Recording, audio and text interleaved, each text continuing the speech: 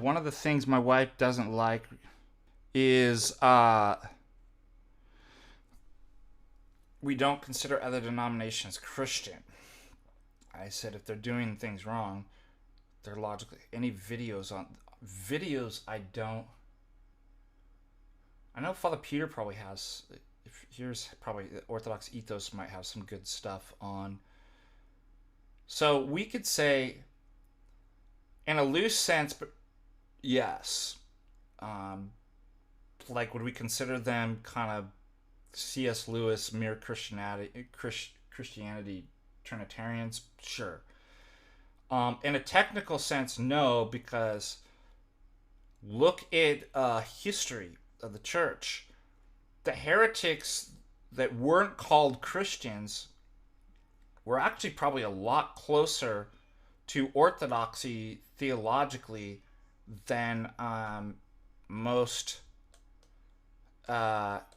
non-orthodox quote-unquote Christians today.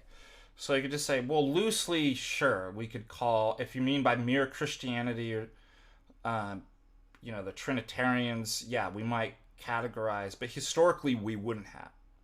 I think that's a good. And truth matters. I mean, that's what we gotta. It's a very kind of reductive and Western or even Protestant kind of understanding to ask God, what's the bare minimum I've got to do to be healed and saved? Can I be 90% Orthodox and 10% heretic and still be a Christian? You got to phrase it that way. But like, doesn't it matter? And I mean formally, not materially, like, okay, I intellectually got something wrong as an individual. But as far as being with a group or religion and what they identify as, are they all 100% equally true? Logically possible. So then they hold heretical ideas. So I'd turn it back and just say, why don't you think, obviously, falsehood and error is leads to destruction. Like, don't you care about the state of somebody's soul and becoming healed? Would we ever prescribe and say it's okay to be 40% heretic, to engage in 40% of dangerous ideas, as long as you have 60% of truth?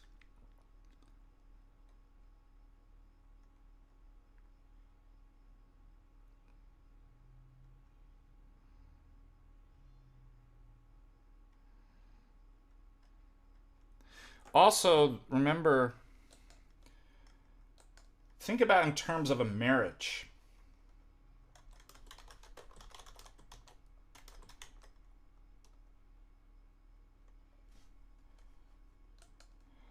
The baptism into the Holy Orthodox Church is a marriage to one person, Christ, in which you form the body of Christ. There are not multiple bodies of Christ. There's those that purport to be. So when we say we're of one communion, we're not in communion with other quote-unquote Christians.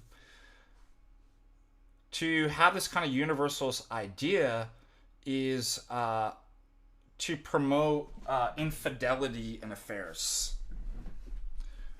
Well, why can't I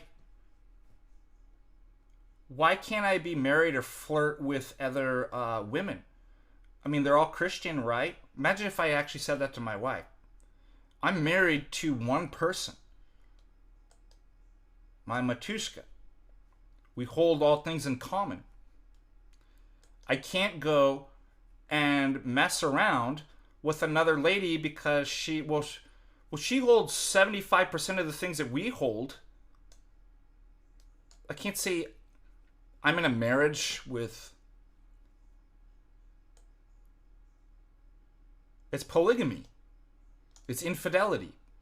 That's where we got to reduce this to Ecumenism it's cheating on your spouse and flirting with other bodies that are not the same body which you're married to.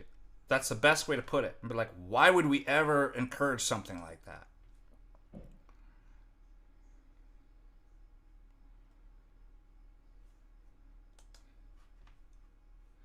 First John 2:19. They went out from us, but they really did not belong to us. For if they had belonged to us, they would have remained with us. But their going showed that none of them belonged to us. They cheated. Heresy is infidelity. They broke the marriage, and they're not of us. If they were of us, they would be with us, but they're not of us. John talks about 1 John 2:19. So you can't say somebody who doesn't hold a life in common, who doesn't share the same baptism, who has different beliefs, are with us, that they're Christians. In the technical, it's a different religion. It's a different marriage. So either you acknowledge that, or you say, well, I allow infidelity and polygamy in my religion.